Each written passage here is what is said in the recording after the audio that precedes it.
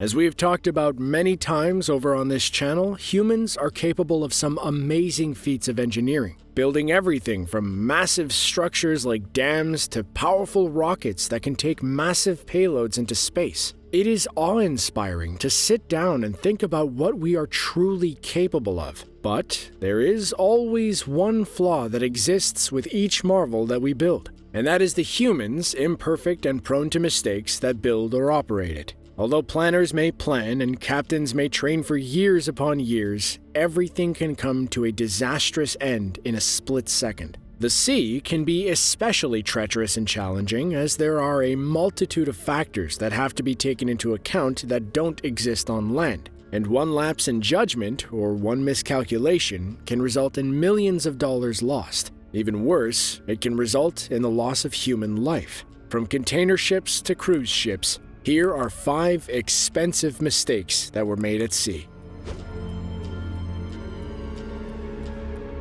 The MV Wilhelm Gustloff was a German armed military transport ship that operated during World War II. Originally, it was constructed as a cruise ship for the Nazi organization Kraft Deutsche Freude, but in 1939, she was requisitioned by the German Navy to be used as a hospital ship. After the German advance on the Soviet Union failed, many of their troops and refugees needed to be evacuated from East Prussia, Lithuania, Latvia, Poland, and Estonia. On a very cold January night in 1945, while sailing through the Baltic Sea, the ship was spotted by Soviet submarine S-13. Captain Alexander Marinesko launched torpedoes at the ship, slamming 3 into the side of the Gustloff and sinking her in less than 40 minutes. Although 1,252 people were rescued, over 9,400 people died, making this the largest loss of life in a single ship sinking in history. While the acts of Captain Marinesko seemed incredibly cruel for firing on a ship with civilians, there was a crucial mistake made by the Germans. During wartime, hospital ships were to be marked as such, giving them protection. Even though the Gustloff was operating as a hospital ship, it was not marked. Additionally, it had a couple of anti-aircraft guns on board, which gave it the appearance of a combat ship. War is a horrible thing, but the German oversight to identify itself properly cost the lives of thousands of innocent passengers. Cruise ships have always been susceptible to disaster, as they are always navigating waters that are dangerous while carrying thousands of people at a time. That's why cruise ship captains undergo rigorous training, nearly as much as military captains. Being a cruise ship captain requires more than just a knowledge of piloting such a large ship. It requires having a very specific knowledge of the waters in which they sail. 2 notable disasters show what happens when captains fail to adequately navigate these areas of the sea. The first would be the Titanic. We all know the story of the famous ship that would cross the Atlantic Ocean at record speed. However, the ambition of Captain Edward Smith won over his caution for the ice fields through which he was sailing. This proved to be the ship's undoing. Second, we have the Costa Concordia. On January 13, 2012, this Italian cruise ship was sailing off the coast of Isola del Giglio in Tuscany. Her captain, Francesco Schettino, deviated from his original course and steered too close to the island in an effort to save time. Although he said that he had sailed these waters and navigated this path many times before, a miscalculation on his part caused the ship to strike a shallow reef and come to rest on its side. While it may be easy for us to make assumptions as to what we would do or not do in a situation, it really makes the term better safe than sorry more real. The easiest of decisions in either of these accidents would have been to navigate in a different area. It would have saved many lives.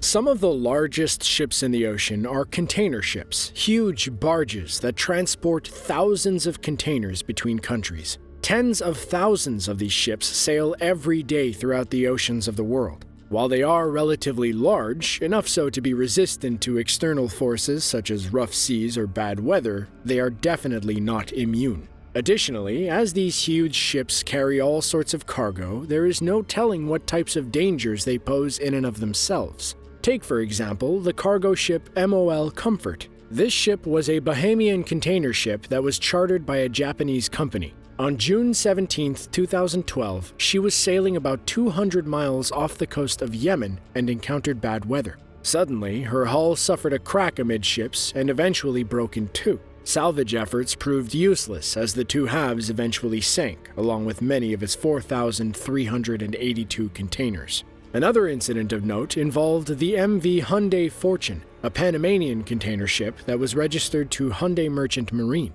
On March 21, 2006, the vessel was en route from China to Singapore and traveling through the Gulf of Aden. Around noon of that day, an explosion occurred below deck, quickly spreading throughout the ship and to other containers. Although the ship did not sink, the fire burned for several days before being contained and the ship towed to port. These disasters illustrate the importance of the shipping industry and the financial impact that can be felt after such events. With the MV Hyundai Fortune, even though the ship didn't sink and only half the containers destroyed, the estimated cost of the disaster is said to be over $800 million. The cost of the MOL Comfort was estimated to be over $1 billion as the ship itself was lost along with much of its cargo. Ships are not the only vessels that you'll find in the sea. With the oil industry being as strong as it is, many countries have oil rigs set up off the coast of their shores. These huge structures weather everything from rough seas to hurricanes, all while drilling deep below the sea floor for oil. But disasters reach a new scale when you mix technology with geology. In 2010, 41 miles off the coast of Louisiana, the oil rig Deepwater Horizon was drilling as normal when a blowout occurred. This is where a large pocket of methane gas rushed from the underground well up through the pipes, causing an explosion and fire on the rig.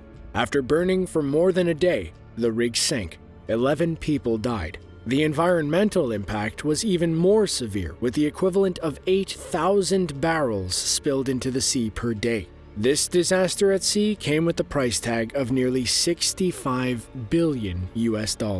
Oil spills at sea are always more costly than average wrecks at sea. The disaster of the Deepwater Horizon oil rig was an example of the worst-case scenario for environmental disasters in regards to financial cost. Luckily, the environmental impact was lessened by the quick actions of the government cleanup efforts. Had things gone differently, the impact could have been worse than the 1989 wreck of the oil tanker Exxon Valdez, which released 1.5 million gallons of crude oil into the sea after striking a reef off the coast of Alaska. In that case, over 1,200 miles of coastline were affected, of which 200 miles were moderately or heavily covered with oil. The MV Dona Paz was built in 1963 as a passenger ferry that originally operated in Japan. It was a decent-sized vessel with a passenger capacity of 608. It saw good use until a fire on board in June of 1979. The fire did not destroy the ship, though. After being refurbished and built to hold more passengers, it saw regular use again in the Philippines, carrying passengers and cargo between the islands. On December 20, 1987, the Dona Paz departed from Tacloban, Leyte, bound for Manila. Although it was reported that radio contact was made with the ship around 2000 hours, other reports have indicated that the Dona Paz didn't have a radio at all. That night was clear, but the sea was choppy. At about 22:30 hours, the ship collided with the MT Vector, an oil tanker that was carrying 1,041 metric tons of gasoline and other petroleum products. Upon collision, the Vector's cargo ignited and the fire spread very quickly onto the Dona Paz. 2 hours later, the Dona Paz sank, with the Vector following suit 2 hours after that. Only 25 people in total survived. 24 passengers from the Dona Paz and 1 crew from the Vector. Things were destined for disaster from the beginning. The estimated loss of life was over 4,300 people. Reports from the survivors of the Dona Paz showed that the crew were partying at the time of the accident, dancing, drinking, and watching movies. To make matters worse, the ship was very overcrowded, with tickets sold illegally. Although the ship had a capacity for 1,424 people, there were an estimated 4,341 people on board. Of the 24 passengers that survived, only 5 were on the manifest. Of the 21 bodies that were recovered and identified, only one was on the manifest. It was the perfect storm of reckless decisions. Disasters at sea come in all shapes and forms. We have to build enormous vessels to match the enormous obstacles that the ocean can throw at us. Because of these large-scale operations, the price tags for anything that goes wrong is greatly multiplied.